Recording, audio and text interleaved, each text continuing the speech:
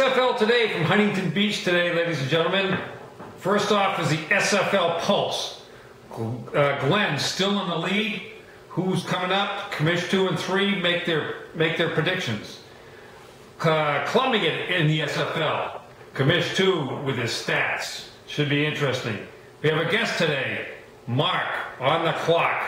See how he does. And then finally, we're going to talk about that World Series game last night. What a classic. Commish 2, the SFL Pulse. We got Glenn S. in the lead. Quick rundown of the leaders. Glenn S., Stevens, Nick, Bo, Jim, Tim, Joe C., Patrick G., Joe G., Julie, and Ozzy.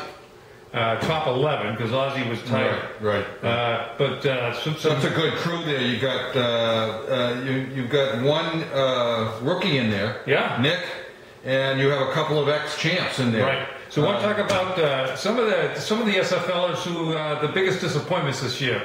Well, let's see who we predicted, right? Like, for example, Dale, I predicted number 1. Yeah. And you predicted number 2. Yeah. No, I actually predicted 1 and you predicted 2, but okay. and where is he now? 43rd place. Dale. Just big disappointment. Francine was my pick to win it all. Picked her first in the. And I had her first in the Davidson group. Right, in 37th place, Francine. Big disappointment. Very sorry about that. Charlie Gillis, another one. Charlie, I really have high hopes for you.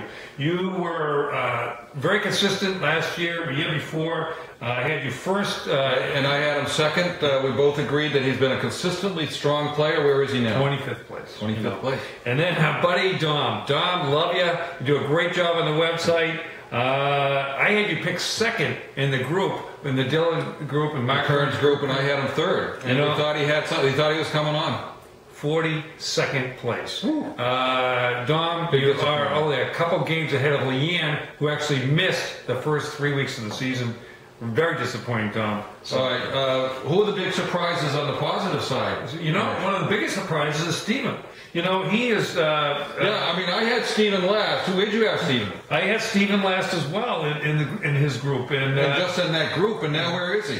Steve, second place, only 3 games behind Glenn S. Wow. That's impressive. Yeah, very impressive. I'm very surprised at Steven. Good job, Steven. I'd like to speak to my friend Tim at Verizon. You know, kind of a curmudgeon of sorts, and never really amounted to much. We were almost thinking of kicking him out of the league, and I had him last in the group, in the Brian group, and you had him last.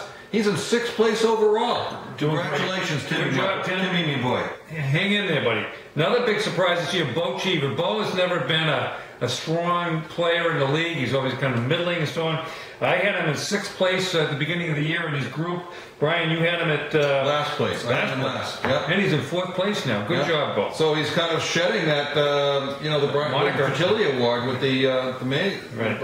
Okay. And the next one is a rookie. The only rookie in the top 10, and Nick, having a great year. Right now, I actually had Nick in 6th place overall at the beginning of the year. I had him at 5th? You know, 3rd place. Excellent job, Nick, as a rookie. So last but not least is Patrick G. Young Patrick, the youngest guy in the league. Youngest player in the league. I had him. You had him at 12th. I had him at 11th. I remember saying, "Sorry, Patrick, I don't think you got it." And he's in 8th place. 8th overall. Okay. Next segment, we'd like to have Commish 2 talk a little bit about the SFL stats. A little quick stats review. Very quick history. Yeah, we call this section "Clubbing It" in the SFL because I'm famous for the different clubs. First club is the top 10. I'm just going to talk about 3 people who have been in the top 10 from every week since the beginning of the season. Steven, Nick, and Bo. Congratulations to the 3 of them. Bottom 10. We have 2 people who have been in the bottom 10 every single week. That means cumulatively. They've continued to be in the bottom 10. Becky and Cabri. 500 club. There's only one person who has actually been in the 500 club every single week. Each week they had over 500. That's Steven himself. Steven's having a great year. Steven is having a good year.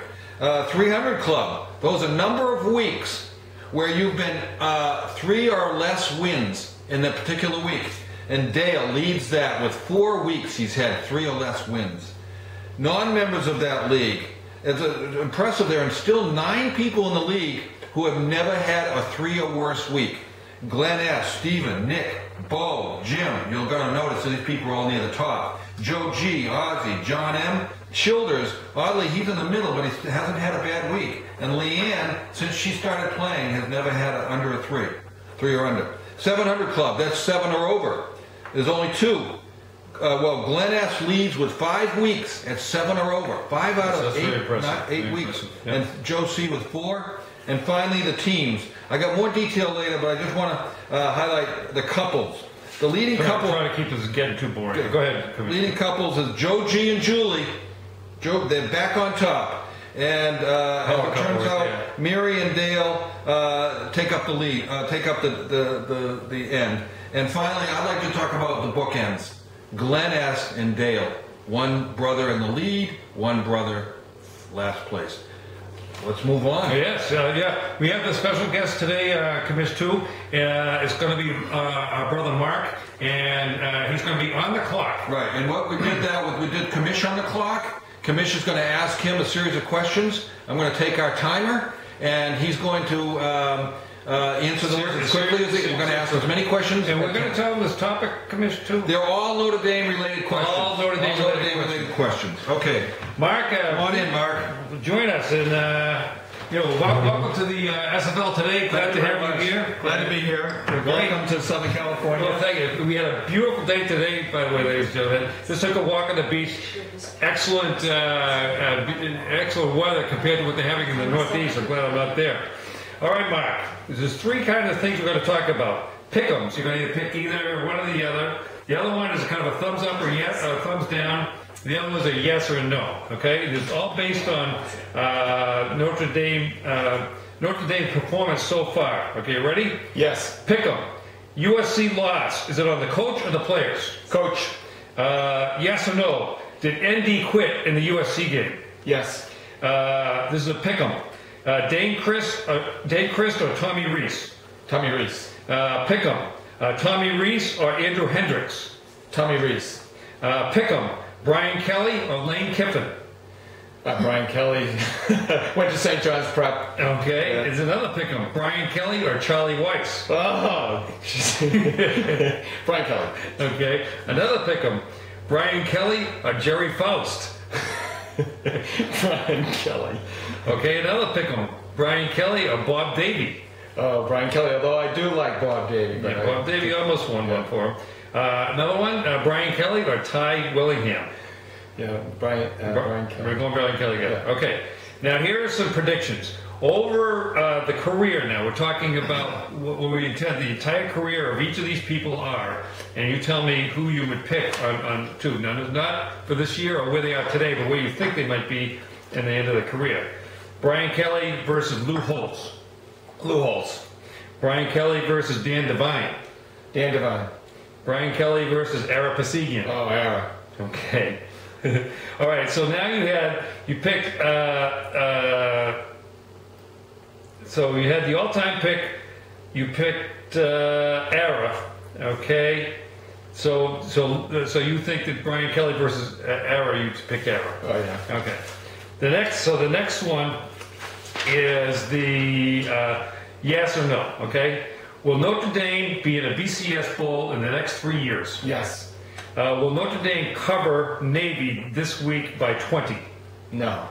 Will Notre Dame beat Stanford? No. Okay. You're off the clock.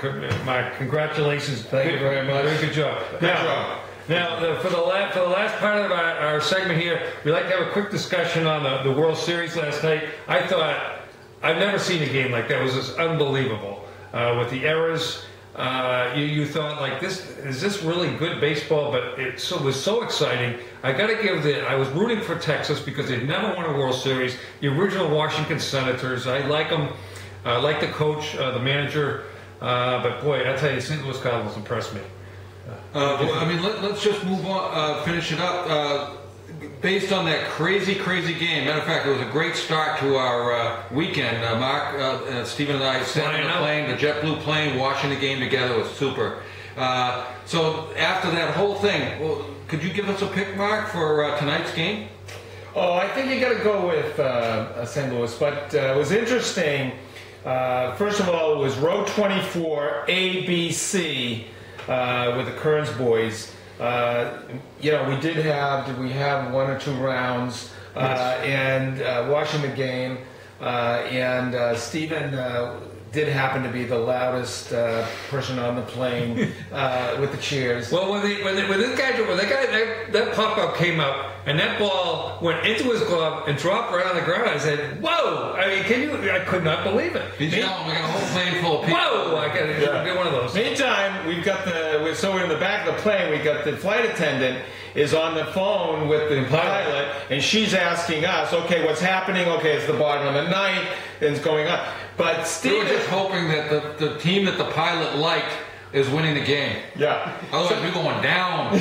So then, and Stephen, it was in the ninth inning, Stephen, and you said, "This looks like a Red Sox moment." Yes, Yeah, exactly. For Texas. Ooh. And the other thing is, which is incredible, is that the Texas Rangers, who've never won a World Series in 50 years, were 1 strike away. Twice in the 2 same strikes on a guy. Yeah. And so My prediction, I'm just going to, I think, as odd as this with St. Louis on the high point, I still think that this Texas team is very resilient. They got great hitters, and I think they're going to find a way to actually pull it back together and win this thing. What do you guys think? I'm going St. Louis. I just think they have the momentum now. That was it reminds me of the way the Mets were against the Red Sox in '86, and those Mets just came out and smacked the Sox, and the Sox were down. They never looked like they could. What do you think, Mark? Yeah, I think it's going to be St. Louis, and I think they've got their ace, Carpenter, right? Yeah. Now, is that kid from New Hampshire? Oh, is it? Mark? I'm not sure, but anyways, he's their ace, and I don't know who's starting for Texas even. Yeah. Because didn't Wilson he pitched a little last night? Is Wilson St. Louis? I don't know. Well, But anyway, we're going to wrap this up. Losing now. Hey, folks, we're having a great time in sunny Southern California, and looking forward to the games this weekend, and we'll probably have to do another show. Hope you See you enjoy it. later. Yeah, Mike. Excellent.